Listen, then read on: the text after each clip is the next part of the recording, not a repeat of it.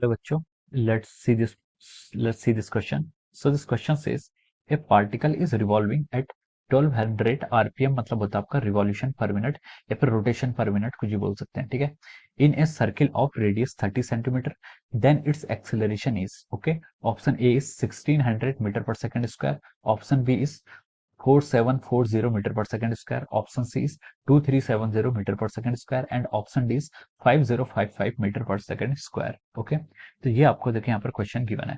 अब देखिए आपसे क्वेश्चन में क्या पूछा गया, then calculate its acceleration. Okay, हमें क्या बताना है, यहाँ पर इसका एक्सेलरेशन बताना है.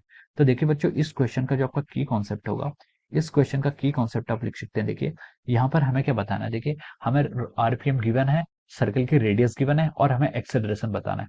तो देखिए ये जो बॉडी है, ये जो आपका पार्टिकल है, पार्टिकल क्या कर रहा है, सर्कुलर मोशन कर रहा है.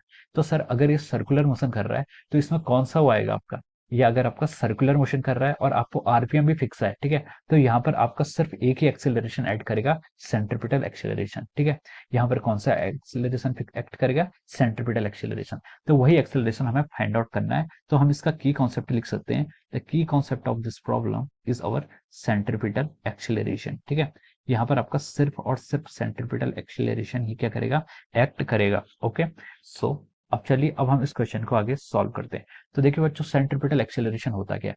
सेंट्रीपिटल एक्सेलरेशन होता है जब कोई बॉडी आपका सर्कुलर मोशन करती है, ठीक है, तो उस बॉडी में क्या लगता है, एक फोर्स लगता है towards the centre of the, जो आपकी बॉडी रोटेट कर रही है, सर्कुलर मोशन कर रही है, तो उसका एक ओरिजन होता है. ठीक है, तो जो एक फोर्स लगता है वो फोर्स क्या लगता है, टुवर्ड्स द ओरिजन लगता है. ठीक है, तो वो जो फोर्स होता है उस फोर्स को हम सेंट्रीपिटल फोर्स बोलते हैं, और उस फोर्स के कारण जो एक्सेलरेशन प्रोड्यूस होता है उसे हम क्या बोलते हैं, सेंट्रीपिटल एक्सेलरेशन. ठीक है, तो हम लिख सकते हैं कि देखिए सेंट्रीपिटल एक्सेलरेशन का जो आपके यहाँ से फॉर्मूला आता है, उसको आता है आपका v square divide by r. ठीक है, this is the formula for our centripetal acceleration. ये आपके सेंट्रीपिटल एक्सेलरेशन का क्या आ जाता है, फॉर्मूला आ जाता है. Okay, so this is all about our key concept. अब क्वेश्चन पर मूव करते हैं. A particle is revolving at 1200 revolution per minute. तो क्वेश्चन में दिया हुआ वो क्या कर रहा है, आपके 1200 रिवॉल्यूशन पर मिनट, यानी कि आरपीएम का मतलब क्या होता है, रोटेशन पर मिनट या फिर रिवॉल्यूशन पर मिनट. तो एक मिनट में ये कितने कर रहा है, आपके 1200 रोटेशन कंप्लीट कर रहा है. रोटेशन या फिर रिवॉल्यूशन कुछ भी लिख लीजिए, ठीक है, बात एक ही है. एक रोटेशन और एक रिवॉल्यूशन में आपका 2 पाई रेडियन ही कवर होता है, बस यही है इसका मतलब. ठीक है, तो 1 मिनट में देखिए आप क्या लिख सकते हैं, एक मिनट आपका 60 सेकंड के इक्वल होता है. 60 सेकंड में वो आपका क्या कर रहा है, 1200 रोटेशन कर रहा है. ठीक है, आपका 60 सेकंड में 1200 रोटेशन.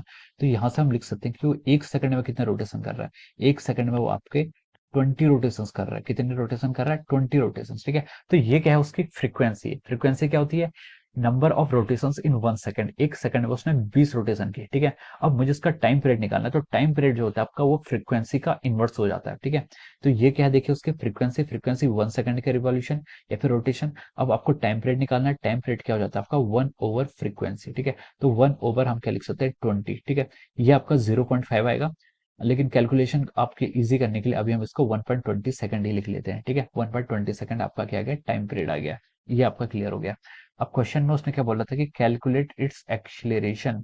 हमें क्या बताना है, देखिए यहाँ पर इसका एक्सीलरेशन को हमें यहाँ पर इसको फाइंड आउट करके बताना है. ठीक है, तो देखिए देखिए इसमें क्वेश्चन में जो हमसे बोला हुआ था, वेलोसिटी आपको आरपीएम में दी हुई थी कितनी, 12 आरपीएम. ठीक है, वेलोसिटी कितनी दी हुई थी आपको, 1200 आरपीएम आपको दी हुई थी. पीरियड आपका कितना आ गया था, 1/20 सेकंड आ गया था. ठीक है, अब हमें यहाँ से क्या निकालनी है, एंगुलर वेलोसिटी. देखिए acceleration is equal to v square by r होता है, और वी इज इक्वल टू कितना होता है आपका, ओमेगा आर होता है. ठीक है, तो हम इसको क्या लिख सकते हैं, ओमेगा आर इंटू इसका स्क्वायर डिवाइड बाई आर. ठीक है, तो इसको अगर हम सॉल्व करेंगे तो आपका सेंट्रीपिटल एक्सेलरेशन का एक और फॉर्मूला आता है जिसका हम ओमेगा स्क्वायर आर लिखते हैं. ये वही फॉर्मूला है, बस थोड़ी सी मैनिपुलेशन कर लिया, वी को हमने ओमेगा आर लिख लिया. ठीक है, तो अब देखिए यहाँ से हम टाइम पीरियड अपने निकाल दिया था, इसलिए हमने ओमेगा के टर्म में लिखा. ठीक है, ओमेगा क्या होता है आपका, ओमेगा होता है आपका एंगुलर फ्रीक्वेंसी, एंगुलर वेलोसिटी, जिसकी वैल्यू होती है आपकी 2 पाई बाई टी. ठीक है, तो देखियो इसको लिखे 2 pi divide by T. T कितना है आपका, 1/20. ठीक है, तो यहाँ से हम लिख सकते हैं जो आपका ओमेगा आएगा ये कितना आ गया आपका, 45 रेडियन पर सेकंड. ठीक है,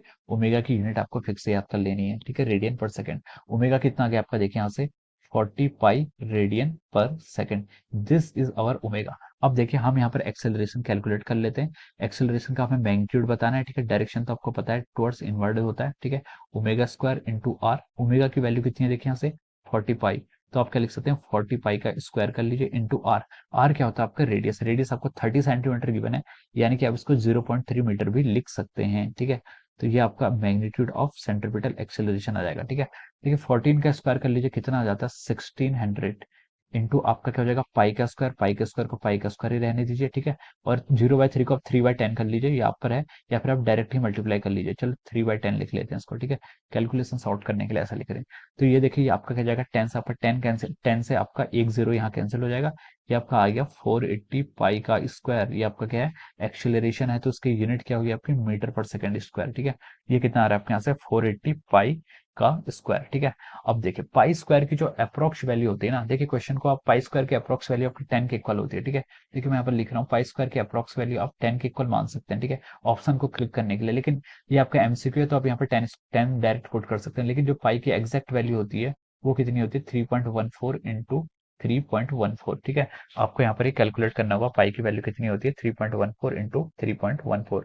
तो देखिए अगर हम इसको मल्टीप्लाई कर रहे हैं तो इसका जो आंसर आ रहा है यहाँ से, इसका आंसर आपका आ रहा है 9.86। ठीक है, ये आपकी सॉरी आपकी पाई स्क्वायर की वैल्यू 9.86 आ रहा है। तो देखिए आप इसको लिख लीजिए 480 इंटू 9.86 मीटर पर सेकेंड स्क्वायर। ठीक है, तो यहाँ से देखिए अगर आप इसको मल्टीप्लाई करेंगे तो ये आपका आ रहा है, देखिए 480 इंटू 9.86 अगर आप कर रहे हैं तो ये आपका आ रहा है 4732.8, 4732.8। ठीक है, इतना मीटर पर सेकेंड स्क्वायर। ये क्या आ गया आपका सेंट्रीपिटल एक्सेलरेशन की वैल्यू आ जाएगी। ठीक है, ये आपके सेंट्रीपिटल एक्सेलरेशन की वैल्यू आ गई है। ठीक है, तो हमसे क्वेश्चन में ये पूछा था, हमें सेंट्रीपिटल एक्सेलरेशन की वैल्यू फाइंड आउट करनी थी। तो this is the magnitude of our centripetal acceleration 4732। अच्छा, ये क्वेश्चन में देखिए आपका सबसे नियरेस्ट किससे मैच कर रहा है, आपका 4740 मीटर पर सेकेंड। ठीक है, तो इसका जो सबसे बेस्ट पॉसिबल आंसर हो सकता है वो क्या होगा आपका 4740 मीटर पर सेकेंड। ये आपका क्या है, ऑप्शन बी में आपका क्या कर रहा है, मैच कर रहा है। ठीक है, तो आपका हम लिख सकते हैं यहाँ पर आपका ऑप्शन बी क्या होगा, इसका करेक्ट होगा। ठीक है, so our option B is the right answer of this question. Okay, so I hope you all understood this concept. All the best and thank you so much.